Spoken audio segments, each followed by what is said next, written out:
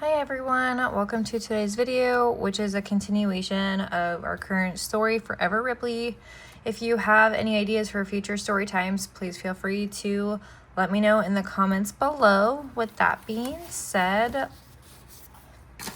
today's chapter is 20. In the morning, Mr. Chen visits again and drops off bags of groceries. He and Mom speak in hushed tones while Charlie and I watch TV. When Nathan brings Charlie books to read to me on the couch, they share lots and lots of interesting words about bad men and lots of boring words about tires and phones. My eyes drink in the sight of them sitting together like a pair of friendly dogs. When Nathan leaves, Mom and Charlie fold the blankets and put the pillows away. They wash dishes in the kitchen and run the horrible vacuum all over the house. After my evening meal, Charlie pats the couch, inviting me to join her. I stand very still and rest my head on the cushions. Swishing my tail, I try to tell her I would like to join her, but I don't have the strength to jump.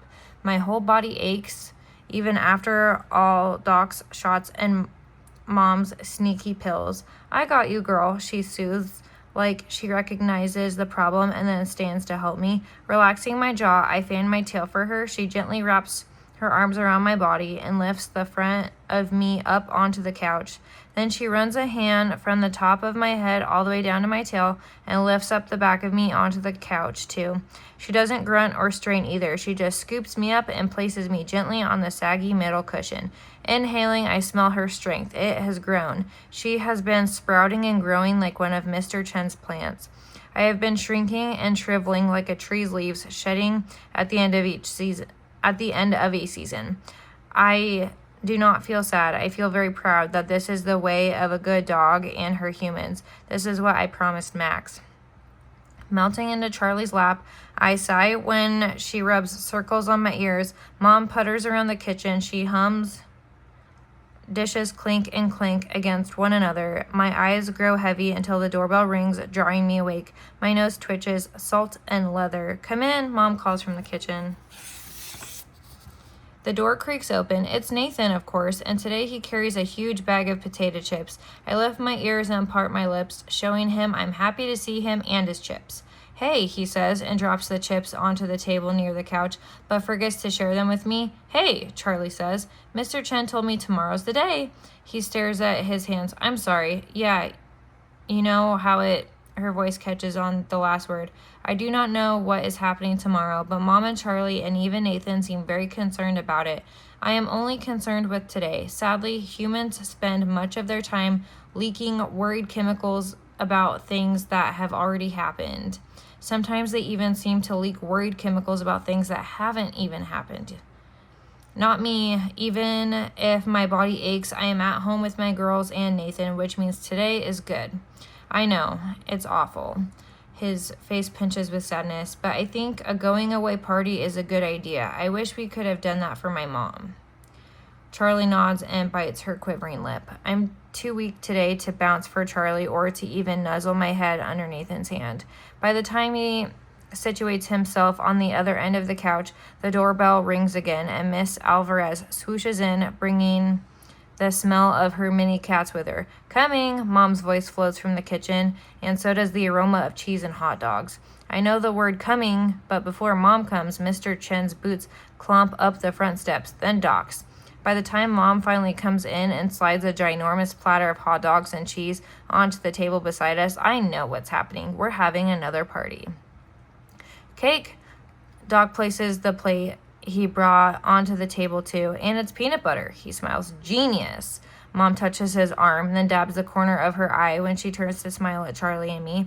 My lips stretch, my tongue rolls. Yes, I'm definitely the luckiest dog in the world. I know it's a going away party and everyone else brought food, but I brought words. My favorite poem, actually, Miss Alvarez says. Our hearts need words as much as our stomachs need food. Mom waves her hand around the room at the chairs she brought in from the kitchen this morning. Make yourselves comfortable, pull up a seat. She places an empty chair right beside my head. Who wants to go first? She grips the back of the chair.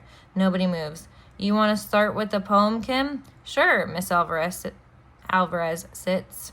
She smells sad and a little nervous. It's one of my favorite poems. It's called Let Me Go by Christina Georgina Rossetti. I hope someone will read it at my funeral someday. She pauses and clears her throat. When I come to the end of the road and the sun has set for me, her paper rustles, her words drone on and on. Remember the love that once we shared. Miss me, but let me go. The others hold their breath. I lick Charlie's hand, enjoying the heat of her body and Nathan's body pressing against both ends of mine. When you are lonely and sick at heart, go to the friends we know. Laugh at all the things we used to. Her voice drops to a whisper, does not stop.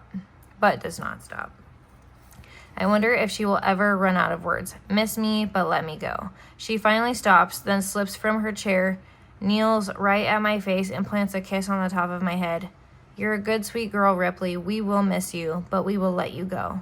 I lick the salty drop of water on her cheek, showing her how much I care for her, even if she uses way too many words sometimes. When Mr. Chen offers his hand to help her up, she smiles and touches her cheek. I didn't bring words, Mr. Chen nods at Charlie. He smiles at me, then pulls a small plant that smells like the dirt from his yard from his pocket.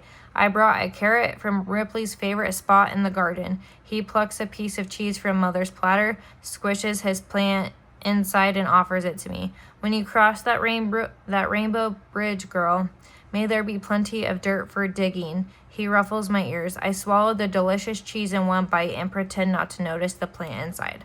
Then Nathan rips open the bag of chips he brought and shares a few with me. As I lick the salty goodness from my lips, Doc breaks off a chunk of the cake with his hands, which is very strange. Humans are usually very careful to keep their hands clean when they eat. I didn't know you long, but I've heard the stories. You're loved by many. He offers the whole hunk of cake and laughs softly. When I lick the icing from his fingers, you're a good girl. Mom steps behind the couch and squeezes Charlie's shoulder. Do you want to say anything, Charlie? Or do you want to save that for later? I'll save it for later. But I have something for Ripley, too, Charlie says and gently slips my head out of her lap.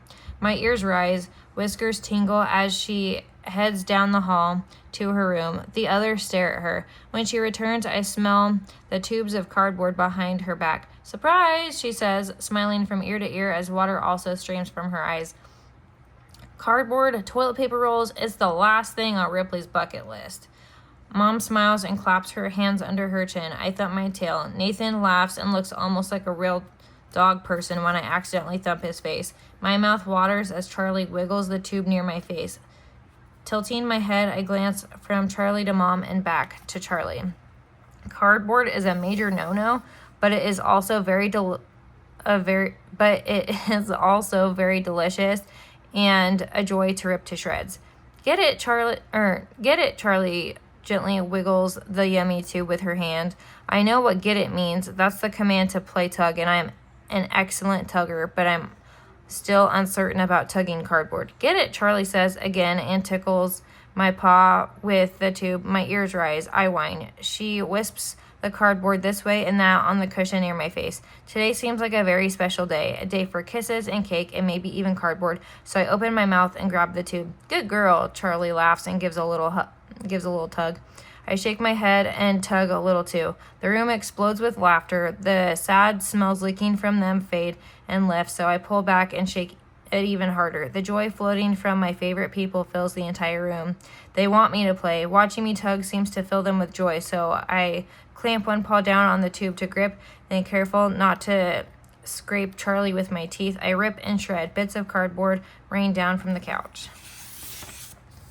Mom scoops a handful from the floor. Cardboard confetti, she says, and tosses it in the air.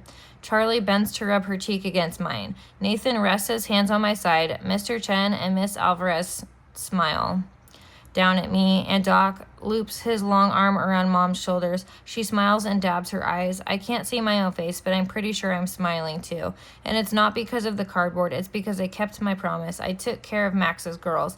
I helped them grow their pack. I brought all these humans together. They are closer and stronger because of me. They will always have each other, even when I'm gone, which is how it's supposed to be. I just wish Max could be here to see it. All right, well, that is the end of chapter 20 in we'll have chapter 21 up soon. I hope everyone is enjoying Forever Ripley. It does sound like it's going to be coming to an end soon. If you have any ideas for a future story time, please feel free to let me know. I hope everyone has had an absolutely wonderful day, and we'll see you in the next video. Bye!